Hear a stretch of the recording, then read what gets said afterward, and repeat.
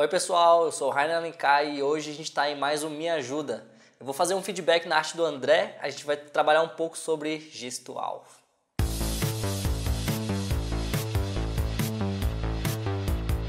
Aqui a gente tem a arte do André, ele fez uma sereia. E qual que é o lance da sereia, no caso aqui, né? O que a gente gosta da sereia que a gente conhece? Tipo, pensando na sereia da Disney, até a Ariel. A gente gosta do cabelo que é esvoaçante, a gente gosta das curvas, a gente gosta de um monte de coisa. Só que às vezes quando a gente vai desenhar, a gente acaba matando essas coisas que a gente gosta tanto de ter, sabe? Igual aqui, a gente tem o cabelo dela, que em tese são várias curvas. Se você for ver no micro, a gente vê, ó, tem várias curvas. Tá vendo isso aqui, ó? São curvas. Mas se a gente vê no macro, ó, reta, reta, reta. Então a gente tem ali, ó, várias retas. Mesma coisa acontece com o corpo dela, que é alongado e tem várias curvas que você pode trabalhar, mas no final, olha o que aconteceu com o personagem. Uma reta aqui, ó, gigante. Olha o braço, reto. E a gente tem aqui, ó, reto também. Então a gente está trabalhando, a gente basicamente, você pega um personagem que tinha infinitas possibilidades de curva e transformou o máximo de retas que você poder fazer com ele. Então, o que a gente vai ter que fazer para deixar esse desenho mais fluido? A gente vai pegar tudo isso e maximizar as curvas. Então, a gente vai evitar ângulos retos. Isso é o mais básico, evitar ângulos retos dentro da composição do seu desenho, a não ser que você queira que aquele desenho tenha uma característica de estático nele. Primeiro, a gente pode pegar o gestual geral do personagem. O que é o gestual geral? É a gente pegar qual que é essa linha de ação maior do personagem. E aqui, se você for ver, ó, a cabeça dela tá para essa direção, o tronco para cá e o quadril para cá. E aí você pensa, putz, ó, apliquei gestual, tá ali. Só que, igual eu falei, ela tem um potencial gestual tão grande e aqui tá muito contido. Então a gente pode aumentar esse gestual aqui dela, que basicamente é isso aqui, ó. Vamos lá, abrir de novo. Esse aqui é o gestual dela agora. Mas ela tem um potencial de ser muito mais que isso. Tá entendendo que isso aqui é muito mais estático do que isso aqui. Então é isso que a gente vai fazer aqui no nosso trabalho. É tentar pegar isso da esquerda e transformar nisso da direita. Ou seja, a primeira coisa que a gente pode fazer, a gente pode acentuar as nossas curvas. Vou criar aquela linha lá de novo aqui pra gente poder ver, ó. Essa curva para a direita, mais para a direita. Essa curva mais para a esquerda, mais para a esquerda. Então a gente vai acentuar esse gestual dela.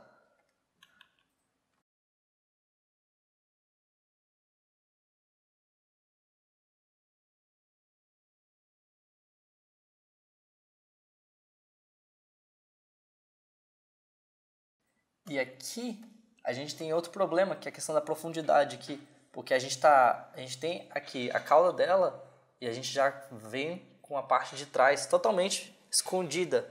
O ideal é que a gente crie sobreposições, isso gera a profundidade que você fez, o problema é que você fez isso de forma tão reta que no caso a gente voltou a perder a profundidade, ou seja, o ideal é que a gente jogue isso de forma mais lateral.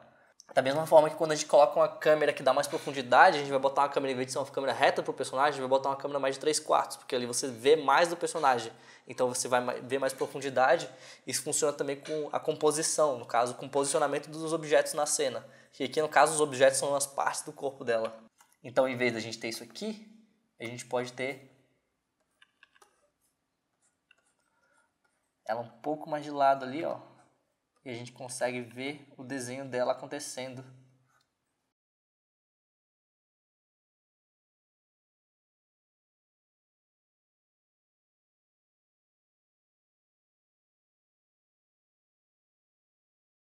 Daí a gente tem esse braço reto aqui, que é um problemão. Porque é o seguinte, aqui você em tese aplicou muito de anatomia no personagem, sabe? Tipo, a musculatura do personagem foi aparecendo, mas aqui os braços viraram tipo uma coisa muito cartonizada, que é basicamente 2 caninhos. Aqui você perdeu a anatomia aqui, a gente pelo menos de separar o braço dela em 2, pra gente ver que tem o braço e o antebraço do personagem. Isso já vai fazer bastante diferença aqui no caso. Vamos desligar aqui pra você poder ver, ó. A gente tem a parte de cima e a parte de baixo. Diferente do que foi feito lá, que virou tudo uma linha só. Eu entendo que você tentou aplicar uma perspectiva ali, mas a perspectiva não pode matar a anatomia dele, que nesse caso, dessa personagem.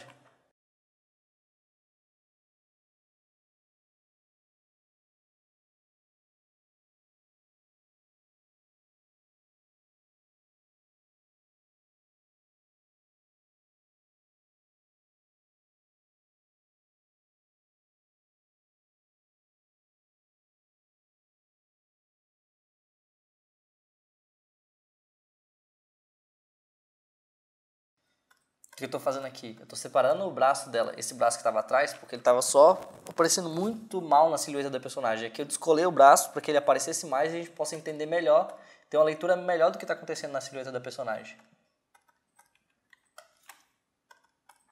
E como eu falei, a mesma coisa acontece no cabelo. Ó, se você for ver aqui, o que aconteceu aqui? A gente distribuiu de forma igual o cabelo aqui. O ideal é que a gente escolha um lado para a gente pesar, seja esse lado, o outro lado, porque assim a gente consegue ver mais o cabelo e dar mais movimento para ele. Então a gente podia pegar aqui, ó, acompanhar esse lado que a gente já fez.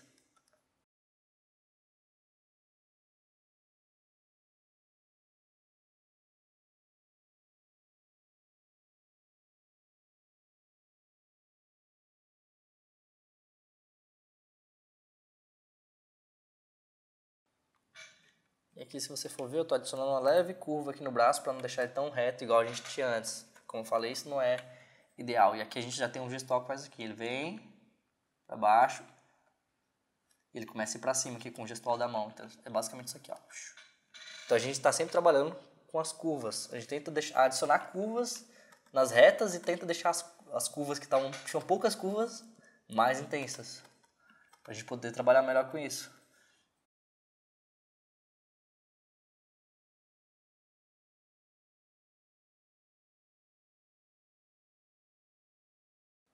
Assim, a gente intensificando o gestual ali do nosso personagem e deixando ele mais interessante a pose e mais tridimensional. Outra dica que eu gostaria de dar para vocês que estão pintando também, porque tipo, ele veio com desenho, caso a gente trabalhe aqui no gestual, e também tem a questão da pintura. O que está acontecendo aqui é que a gente tem pouco contraste. Se você der zoom aqui, ó, você vê que tem muita pincelada, tem muito trabalho, ou seja, ele passou um tempão nesse desenho. Só que aí o que adianta você passar um tempão em alguma coisa que não vai ser vista? Às vezes você vai fazer algumas coisas na pintura e realmente que não vão ser vistas por todo mundo, elas vão ser sentidas, digamos assim. Mas aqui a gente não tem contraste no nosso desenho.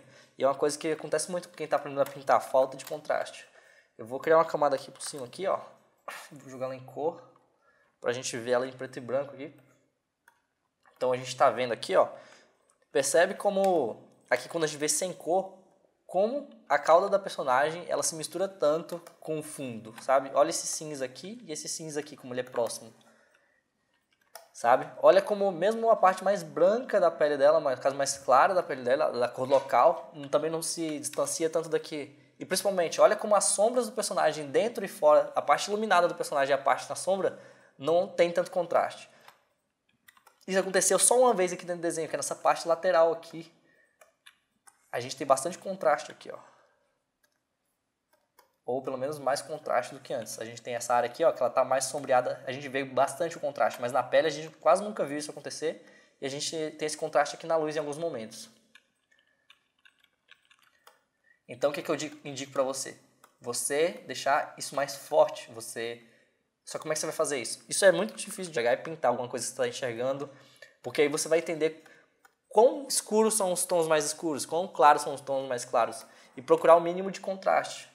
Aqui eu vou dar um exemplo aqui do que fazer nessa ilustração, em questão de cor. A gente está vendo aqui que os raios de luz estão vindo dessa direção aqui, ó. Ou seja, a gente tem esses ângulos que estão vindo de cá.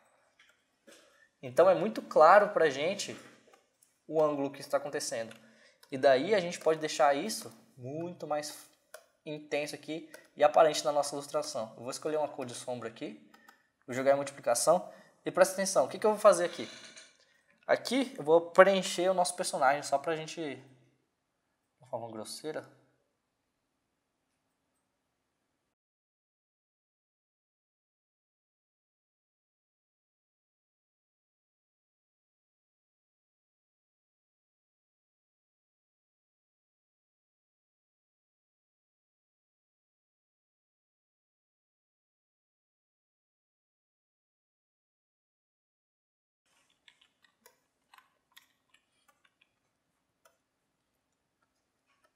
Aqui, eu preenchi nossa personagem.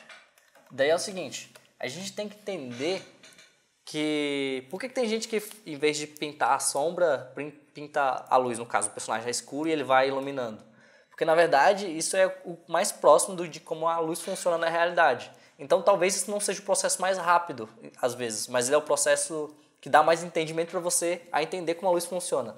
Ou seja, aqui em vez de ficar tentando sombrear as coisas para ver onde tem sombra e onde não tem, você pode deixar tudo mais escuro, igual eu fiz aqui, e a gente vai iluminar, ou seja, a gente vai mostrar onde são esses pontos de luz. Aqui. Vamos lá.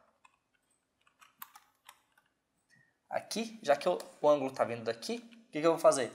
Tudo que está virado para o ângulo da luz, eu vou iluminar aqui. Ó. Ou seja, ó, isso aqui ó, tem luz.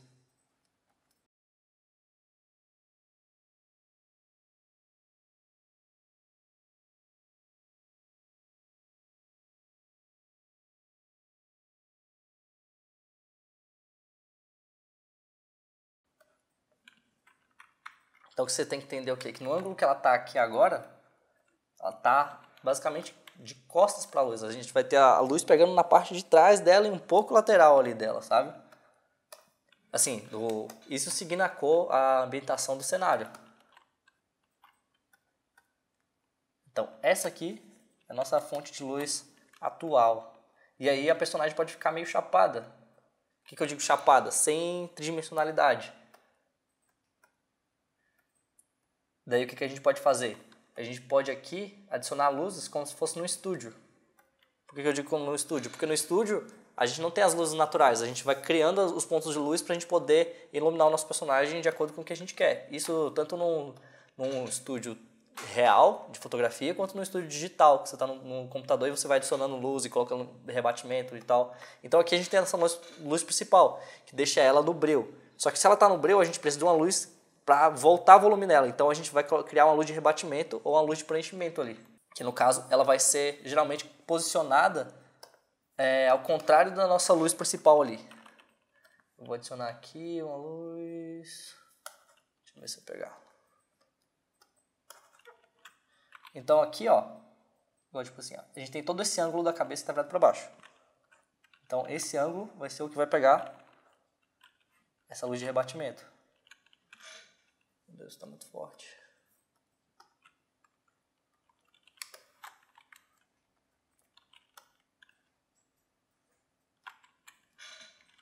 Do mesmo jeito que o outro ângulo ele pegou toda a luz que vinha de um lado, aqui a nossa luz de rebatimento vai pegar toda a luz que vier do outro. Ao contrário à luz principal, como eu falei.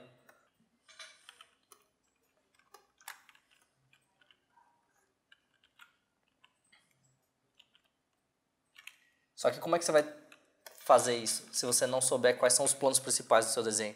E aí que fica uma dúvida muito complicada. As pessoas querem pintar sem saber qual o desenho que estão pintando. Por isso eu estou falando, aqui, antes de focar tanto em como iluminar as coisas, você tem que pensar como eu vou desenhar elas, quais são os planos que eu tenho. Você está entendendo que aqui, ó, eu não estou pintando a sombra, eu não estou vendo o que é mais escuro, eu estou vendo o que é mais claro. Isso vai separando o desenho. Então, olha como o desenho está chapado e aqui ele tem já muito mais volume. E a gente vai fazendo isso durante todo o desenho.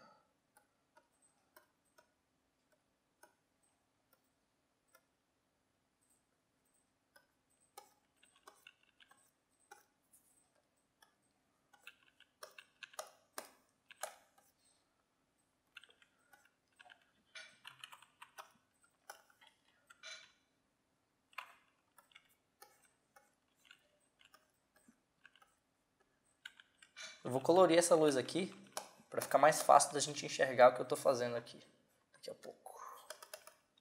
Então, eu fiz isso ali na parte grande, mas ó, isso vai ser aplicado a toda parte. Ou seja, isso aqui, ó, essa parte que geralmente vai ser sombreada numa luz normal, aqui ela vai ser a parte iluminada, porque ela está recebendo a luz que vem de baixo.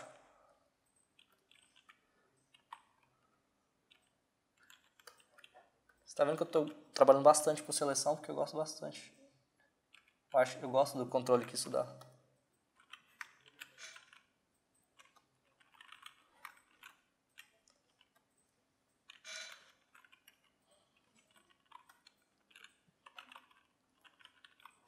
Toda essa parte do cabelo aqui, ó, a gente vai ter essa iluminação pra cá.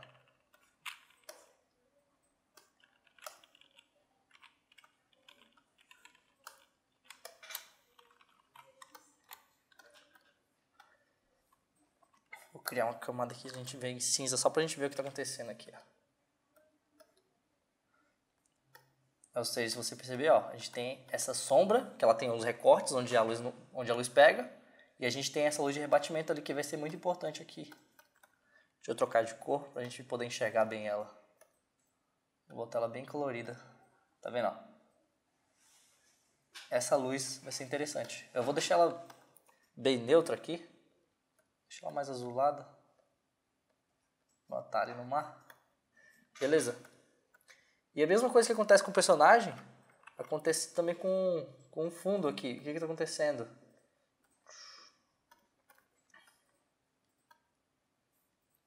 Está muito chapado o fundo, ou seja, a gente não tem diferença do ponto mais claro para o ponto mais escuro da nossa ilustração. Ou seja, o que a gente precisa? De contraste. Provavelmente é porque isso foi feito sem referência. Sem referência do quê? Tipo, não sei se você chegou a procurar uma fotografia, alguma coisa que tivesse um fundo de mar, um fundo de rio. Você vê o quão claro, o quão escuro é aquilo, sabe?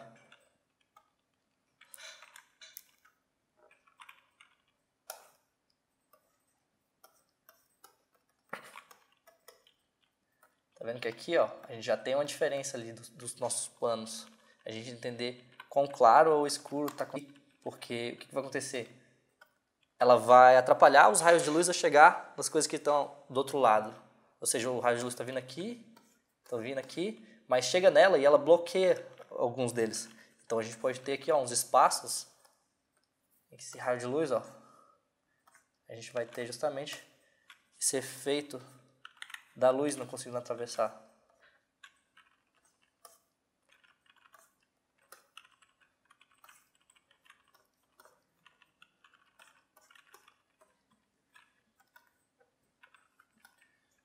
Tá isso.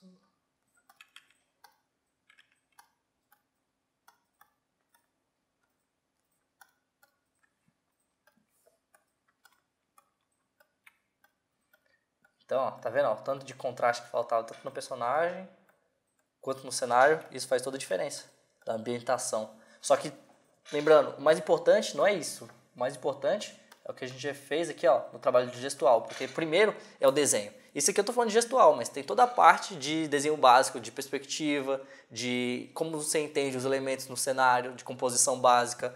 Então, o que tá faltando aqui é um pouco de paciência. Você tem que respira fundo e volta uns passos atrás para poder chegar aqui, porque senão você vai demorar muito mais para evoluir. O que eu indico é o seguinte, eu sempre indico as pessoas a entenderem que é o seguinte, é muito mais rápido você parar 2 anos com calma e entender tudo que é básico do que você passar a vida correndo, tipo 6 anos correndo, tentando carregar todas as coisas ao mesmo tempo, você não vai conseguir e você vai ver um monte de gente muito mais nova ficando muito foda e você fala, putz, o cara tem 16 anos, o cara tem 19 anos e tipo, já entende muito. Por quê? Porque ele foi certo, sabe? Tipo, às vezes o pessoal... Eu vejo muita gente que tá, tipo, com muito mais idade. Eu falo, tipo, o pessoal tá na casa dos 30 anos, às vezes até mais. E fala assim, putz, eu tô desenhando há 10 anos aqui, tipo... Meu desenho não sai do lugar justamente porque você tá tentando correr com todas as matérias ao mesmo tempo. Vai com calma e volta pro desenho. Então, se você curtiu o vídeo e quer mandar também pra gente aqui, lê aqui nos comentários que a gente tem todo o processo de como você pode mandar arte pra gente poder fazer esse paint over aqui. Valeu? Obrigadão!